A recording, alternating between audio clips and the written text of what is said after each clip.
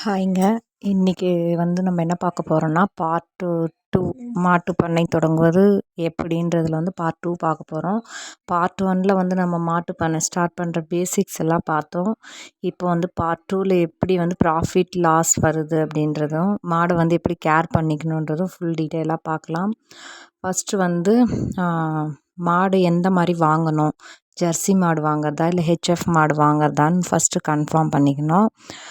Jersey thickness வரும், healed கம்மியாக இருக்கும், மில்கோட ஹீல்டு. ஹெச்எஃப் ஃபேட் எஸ்என்எஃப் கம்மியாக வரும், ஆனால் நிறைய பால் கறக்கும், அதாச்சும் லிட்டர்ஸில் நிறைய கறக்கும். ரெண்டுத்துக்கும் டிஃப்ரென்ஸு. ஜெர்சி எல்லா கிளைமேட்டுக்கும் எல்லா இடத்துக்கும் சூட்டபுளாக இருக்கும். ஹெச்எஃப் கொஞ்சம் சொகுசாக இருக்கணும், ஃபேனு வெயில் தாங்காது. அதே மாதிரி ஹெல்த் இஷ்யூஸ்லேயும் ஹெச்எஃப் டக்குன்னு நம்மளுக்கு பிரச்சனை கொடுக்கும், அதை டக்குன்னு கவனிக்கணும் நம்ம, அந்த மாதிரி இருக்கும். அடுத்து இது ரெண்டுத்தில் எது வாங்கணும்னு நம்ம செலக்ட் பண்ணிக்கணும் மாடுங்களை. பிகினர்ஸ் ஃபஸ்ட்டு ஒரு 2 மாடில் ஸ்டார்ட் பண்ணணும். அடுத்து ஹை ஹீல்டு மில்க்கு, நிறைய பால் கறக்கிற மாதிரி மாடுங்க வாங்கணும். அதாச்சும் 1.5 லட்சம் அப்படியெல்லாம் இல்லை, ஒரு 45,000 50,000 காலையில் ஒரு 7லேருந்து 8 லிட்டர் கறக்கிற மாதிரி வாங்கி நம்ம பழகணும். முதல்ல மாடுங்கிட்ட பழகணும், அதில் என்ன இருக்குது ப்ளஸ் ஆர் மைனஸ் எல்லாத்தையும் கற்றுக்கிட்டு, அதுக்கப்புறமா நீங்கள் 7 to 8 மாடு போகலாம், 10 to 20 மாடு போகலாம். அது அவங்கவுங்களோட இஷ்டப்படி செஞ்சுக்கலாம். அடுத்து பார்த்திங்கன்னா ஃபீடிங்கில் ரொம்ப ரொம்ப முக்கியமானது மாட்டு பண்ணை தொடங்குறதுல ஃபீடிங் தாங்க. அதில் நம்மளுக்கு சொந்த நிலம் இருக்கணும், 1 ஏக்கரோ இல்லை அட்லீஸ்ட் குத்தகைக்காச்சும் கிடைக்கிற மாதிரி இடம் இருக்கணும் கன்ஃபார்மாக. அப்படி இருந்தால் மட்டும்தான் நம்ம ப்ராஃபிட்டாக கொண்டு போக முடியும். நம்மளுக்கு ஓன் லேண்ட் இருக்கணும், சொந்தமான இடம், விளைச்சல் நிலம் இருக்கணும், கிணறு இருக்கணும், ஃப்ரீ கரண்ட் இருக்கணும். இந்த மாதிரியெல்லாம் இருந்தால் மட்டும்தான் நம்ம மாட்டு பண்ணை லாபகரமாக எடுத்துகிட்டு போகவே முடியும். நம்ம குத்தகைக்கு எடுக்கிறோம், லீஸுக்கு எடுக்கிறோம் அப்படின்லாம் போனோன்னா நம்மளுக்கு ப்ராஃபிட் வர மாதிரி தான் இருக்கும், ஆனால் அந்தளவுக்கு நம்மளுக்கு இன்கம் பார்க்க முடியாது. நம்ம சம்பாதிக்கிறதுல நம்மளோட உழைப்புக்கு ஏற்ற காசு கிடைக்கும், அந்த காசு நம்ம லாபமாக எடுத்துக்க முடியாது. நம்ம உழைப்போம், அதுக்கு கூட லாபமும் வரணும். அதுதான் மாட்டு பண்ணையில் கரெக்டாக கொண்டு போகிறது, லாபகரமாக எடுத்துகிட்டு போகிறதுன்றது. நம்ம உழைக்கிறதுக்கு மட்டும் காசு வந்துச்சுன்னா இன்கம்ன்றது அங்கே இல்லாமல் போயிடும். அதனால நம்ம குத்தகைக்கோ அந்த மாதிரி எடுத்தால் இந்த சுச்சுவேஷன் தான் வரும். அங்கே காலையில் ஒரு 20 kg கிட்ட நம்ம க்ரீன் ஃபால்டர்ஸ் போடணும் மாடுங்களுக்கு. அடுத்து கான்சன்ட்ரேட் ஃபீட்னால் அடர் தீவனம், குச்சி தீவனம், கடலைப்பொட்டு, புண்ணாக்கு, அந்த மாதிரி போடணும். கான்சன்ட்ரேட் ஃபீட்னால் கடையிலேருந்து வாங்கி போடுறது மாட்டு தீவனம். அடுத்து காலைல ஒரு 20 கிலோ பச்சை போடணும். கான்சன்ட்ரேட் ஃபீடு ஒரு 3.5 கிலோலேருந்து 5 கிலோ வரைக்கும் ஒரு மாட்டுக்கு போடணும். அப்புறம் பார்த்திங்கன்னா காலையில் முடிஞ்சிச்சுங்களா, மதியத்துக்கு பியூர் வாட்டர் வைக்கணும், நல்லா சுத்தமான தண்ணி குடிக்கணும் மாடுங்க. சாயந்தரத்தில் ட்ரை ஃபீடு, வைக்கோல், சோளத்தட்டு அந்த மாதிரி நைட்டில் போடலாம். அது கூட கான்சன்ட்ரேட் ஃபீடு. நைட்டுக்கும் அடர் தீவனம் வைக்கணும். அதே மாதிரி நம்ம நல்ல ஃபீடு கொடுத்தோன்னா அதிகமான பால் கறக்கும், மாடும் ஹெல்த்தியாக இருக்கும்.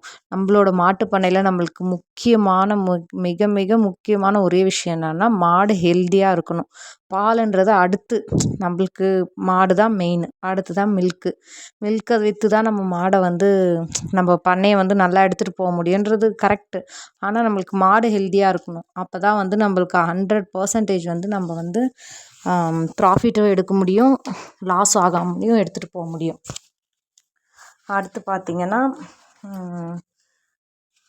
ஷெட்டு க்ளீன் பண்ணுறது, அதுக்கெல்லாம் தனியாக ஆள் கூடவே கூடாது, நம்மளே தான் செய்யணும். நம்மளோட ஓன் இன்ட்ரெஸ்ட்டில் தான் நம்ம மாட்டு பண்ணையை தொடங்குகிறோம், யாரோட கம்பல்ஷன்லேயும் கிடையாது, யாரோட வற்புறுத்தல்லையும் நம்ம மாட்டு பண்ணையை தொடங்கலை, நம்மளோட ஓன் இன்ட்ரெஸ்ட்டில் தான் தொடங்குகிறோம். அதனால் நம்ம இறங்கி வேலை செய்யணும், இறங்கி வேலை செஞ்சால் மட்டும்தான் நம்ம ப்ராஃபிட் பார்க்க முடியும்.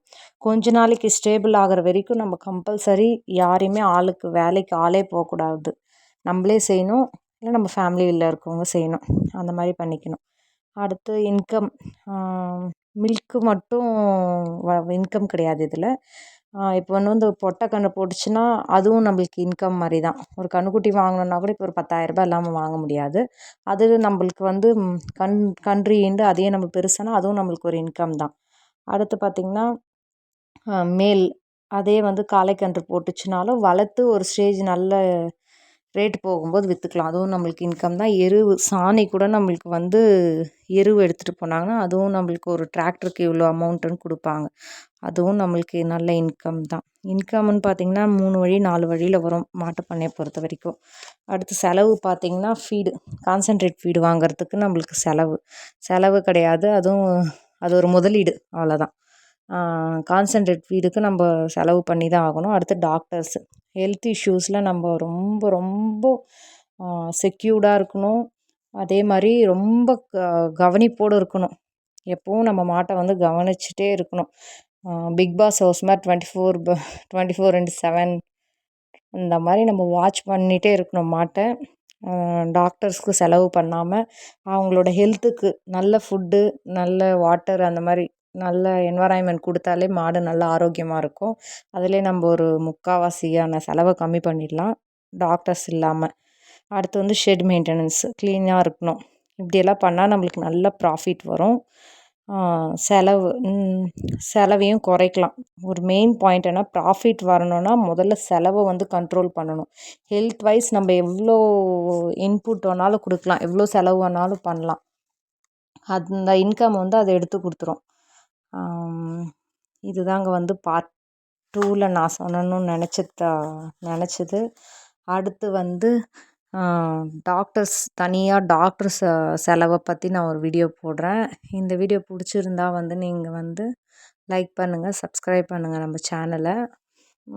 எனக்கு தெரிஞ்ச வரைக்கும் மாட்டுப்பண்ணையை எப்படி ஸ்டார்ட் பண்ணலாம், எப்படியெல்லாம் கொண்டு போகலான்றதை வந்து நான் பார்ட் 1லேயும் பார்ட் 2லேயும் சொல்லியிருக்கேன். ஏதாச்சும் டவுட் இருந்தால் கமெண்ட் செக்ஷனில் சொல்லுங்கள், நான் வந்து உங்களுக்கு ரிப்ளை கொடுக்குறேன். அப்படியே நம்ம சேனலை வந்து சப்ஸ்கிரைப் பண்ணிக்கோங்க. இது வந்து நான் வந்து அன்றைக்கி மாடு வந்து லேட்டாக வந்துச்சு, நைட்டில் கறக்கிற மாதிரி ஆயிடுச்சு. அதே மாதிரி மாட்டுப்பண்ணை ஸ்டார்ட் பண்ணணுன்னா பால் கறக்கவும் கற்றுக்கணும். ஃபுல்லாக வந்து மிஷினை நம்பியே போயிடக்கூடாது. மிஷின் மட்டுமே வாழ்க்கை இல்லைங்க. ஒரு நாள் கரண்ட் கட் ஆகிடலாம், மழை வரலாம், சம்திங் எது வேணால் நடக்கலாம். அதனால் நம்ம கை கறவையும் கற்று வச்சுக்கணும். நாங்கள் வந்து கை கறவை தான் கறக்கிறோம். நாங்களே கறக்கல, பால்கார் வந்து கறந்துட்டு போகிறாங்க. மிஷின் வாங்கணும். மிஷின் டீட்டெயிலாக நான் இன்னொரு வீடியோவில் ஃபுல்லாக போடுறேன். அப்படியே நம்ம சேனலை லைக் பண்ணிவிட்டு சப்ஸ்கிரைப் பண்ணிக்கோங்க. அவ்வளோதாங்க, பாய்.